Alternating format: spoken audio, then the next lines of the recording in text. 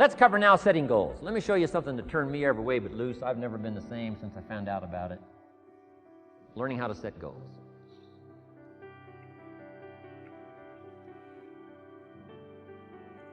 Not long after I met Mr. Schoaf, we're having breakfast one morning. Mr. Schoaf said, Mr. Rohn, now that we've gotten acquainted, we know each other fairly well, he said, maybe one of the best ways I can help you, he said, let me see your current list of goals. Let's go over them and talk about it.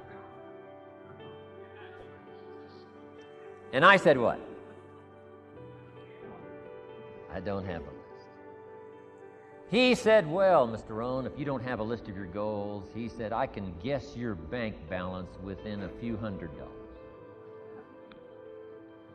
Which he did.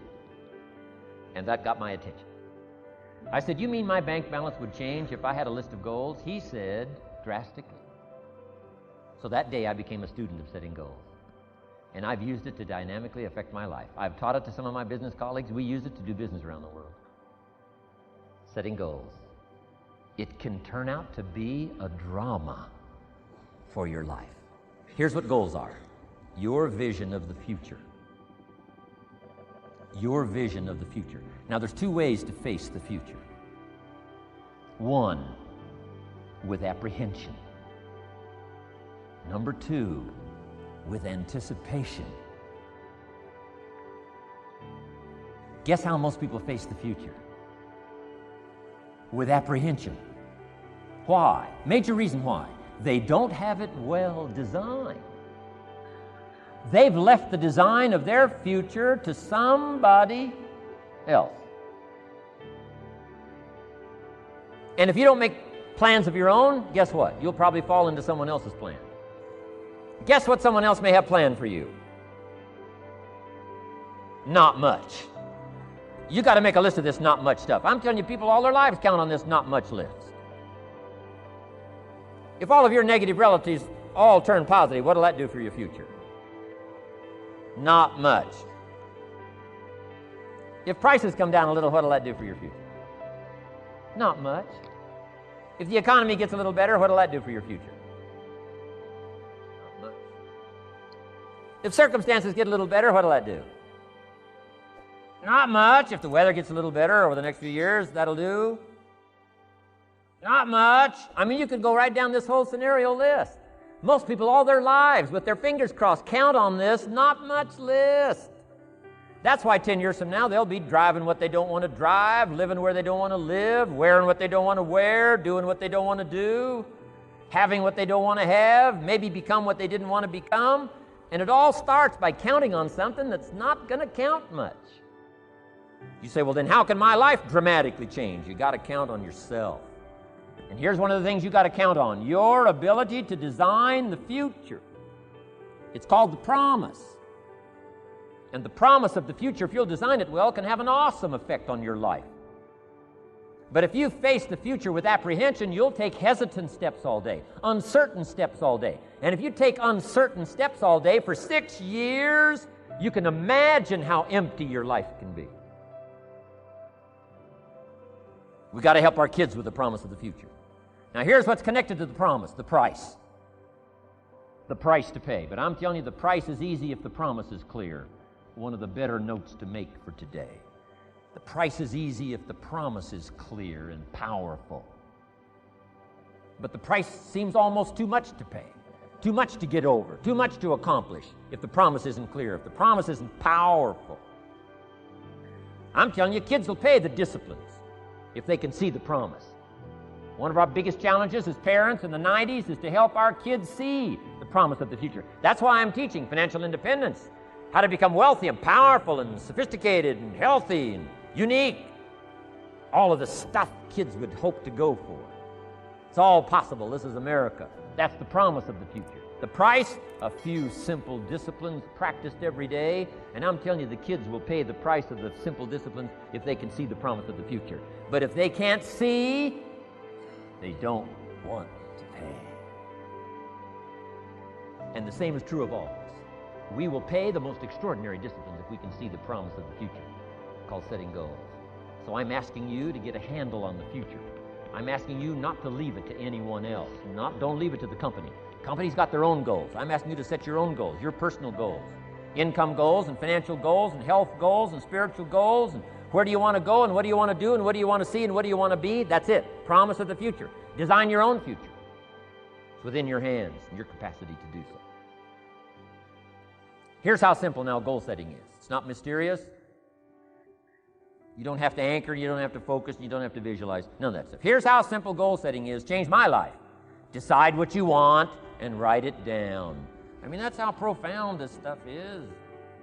Decide what you want and write it down. Make a list. Where do you want to go? What do you want to do? What do you want to see? What do you want to be? What do you want to have? What do you want to share? What projects would you like to support? What would you like to be known for? What skills would you like to learn? Some extraordinary things you'd like to do, ordinary things you'd like to do, right? Silly little things you'd like to do, very important things you'd like to do. Decide on all that stuff and write it down, write it down, write it down. That's how simple this stuff is. And it's your own private list. If it's really private, on your list, put some stuff in code where nobody can understand it if this list fell into unfriendly hands. And simple things, whatever. Foolish things, doesn't matter. It's your list. I had a little revenge on my first list. Budget finance, who used to harass me. I got 2 or 3 payments behind. This one guy called incessantly. Said, we're going to come get your car, drag it rear end up down the street in front of your neighbors. Put me down something fierce. When I met Shof, got my life straightened out, one of the first things on one of my lists was budget finance. And when I finally got the money, I needed a little drama in my life. Finally got the money to pay them off. I put it in small bills in a big briefcase.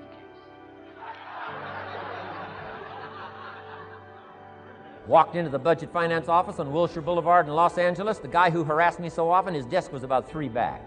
I opened the door, walked in, right up to his desk, stood right in front of him, never said a word. He said, well, what are you doing here? Didn't say a word. I opened up this briefcase, dumped this pile of money all over his desk. I said, count it. It's all there. I'll never be back. Turned around, walked out, slammed the door. Now that might not be noble, but you got to try it at least one time. Pay off with a little drama.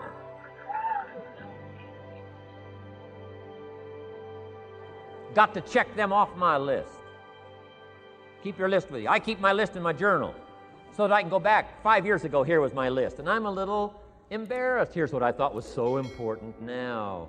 How my philosophy has changed. From 10 years ago, 5 years ago, 3 years ago. Here's my old list. Here's my new list. Here's what's valuable to me now. Here's what I want my life to be now. Here's where I want to go, what I want to do, what I want to see. Keep your lists of goals so that it shows your growth, shows your ability to change and grow. Your philosophy grows and expands what's valuable. Setting goals. It doesn't matter how small, foolish it is. Put it on your list. My Japanese friend, Toro Ikeda, put on his first list, a Caucasian gardener. Well, that was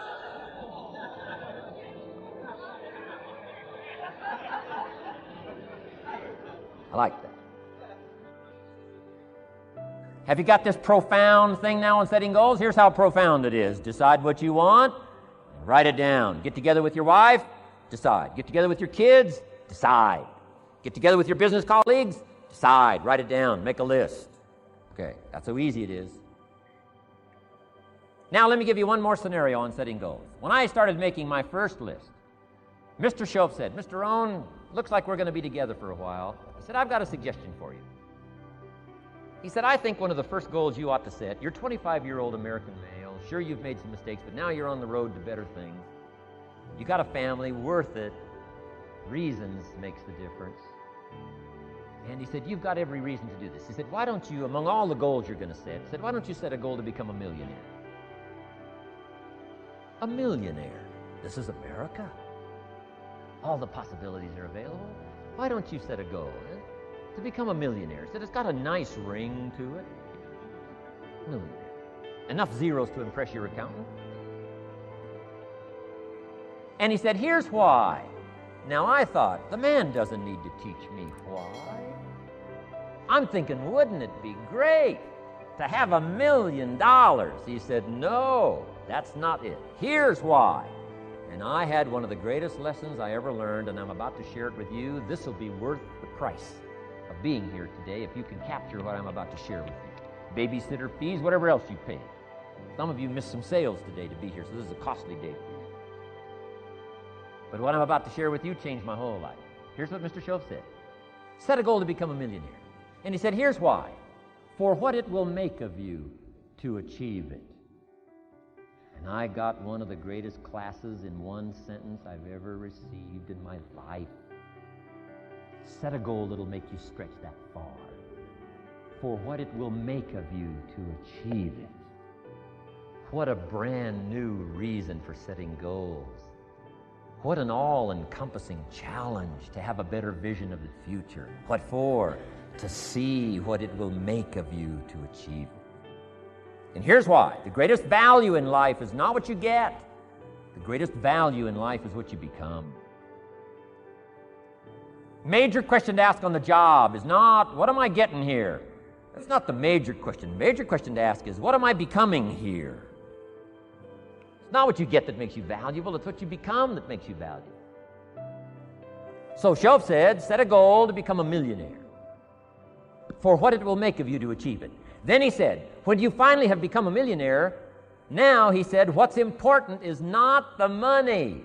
I thought, wow, I've got some more to learn. He said, no, Mr. Rohn, I'm telling you honestly, you could just give the money away. Now, I did better than that, right? I told you. I lost it all. I'm rich by the time I'm 31. I'm a millionaire. I'm broke by the time I'm 33. So I didn't have to give it all away. I lost it all. Foolish mistakes I made. I'm a farm boy from Idaho. That early money drove me bonkers. I used to say, how many colors does it come in? I'll buy them all. I went crazy over that first money. I just went crazy. And then I made that one foolish mistake, right? Continuing guarantee. I mean, I'm so naive off the farm. I don't know what continuing means. And a few other mistakes. And by the time I'm 33, I'm broke. Now I've made and lost millions since then. But what an experience that was. And I'm telling you, the man was right. When I finally was broke at age 33, guess what I discovered? My money did not mean that much. It represented only a fraction of all my assets. Shoaff said, once you become a millionaire, Mr. Rohn, you can give all the money away. Because he says, what's important is not the money.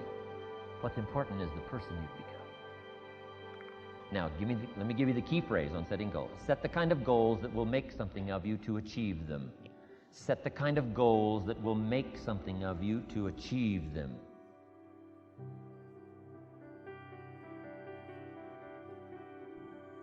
Always keep that in mind. What will this make of me?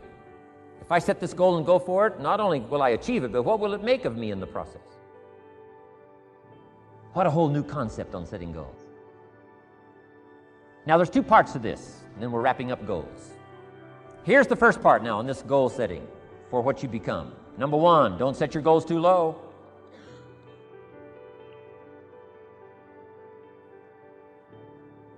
Interesting, we teach in leadership. You'll find it on the cassettes. Don't join an easy crowd. You won't grow. Go where the expectations are high. Go where the demands are high. Go where the pressure's on to perform, to grow, to change, to develop, to read, to study, to develop skills. I belong to a small group. We do business around the world. You cannot believe the expectations at that level. What we expect of each other in terms of excellence. Far beyond average. Why? So that we can each grow, so that we can receive from the group, we can contribute to the group. Something unprecedented. It's called living at the summit. Go where the demands are high. Go where the expectations are strong, so that it'll provoke you, push you, urgently insist that you not remain the same for the next couple of years, the next 5 years, that you'll grow and change. So don't set your goals too low. The guy says, well, I don't need much. Well, then you don't need to become much.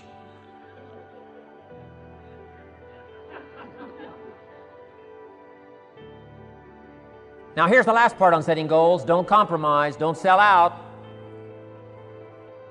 There were some things I went for back in those early years that I paid too big a price for. If I'd have known how much it was going to cost me, I never would have paid, but I didn't know. Don't sell out. Ancient phrase says, count the cost, count the cost, count the cost. An ancient story says, Judas got the money. You say, well, that's a success story. No. It's true, 30 pieces of silver in those days was a sizable fortune. You say, well, if a guy's got a fortune, right, that's a success story. No, you don't understand. His name was Judas. Doesn't that ring a bell? Judas. You say, oh, yes, Judas, the traitor. That's right, the traitor got the money. Doesn't that change the story? And the answer is, of course, it changes the story.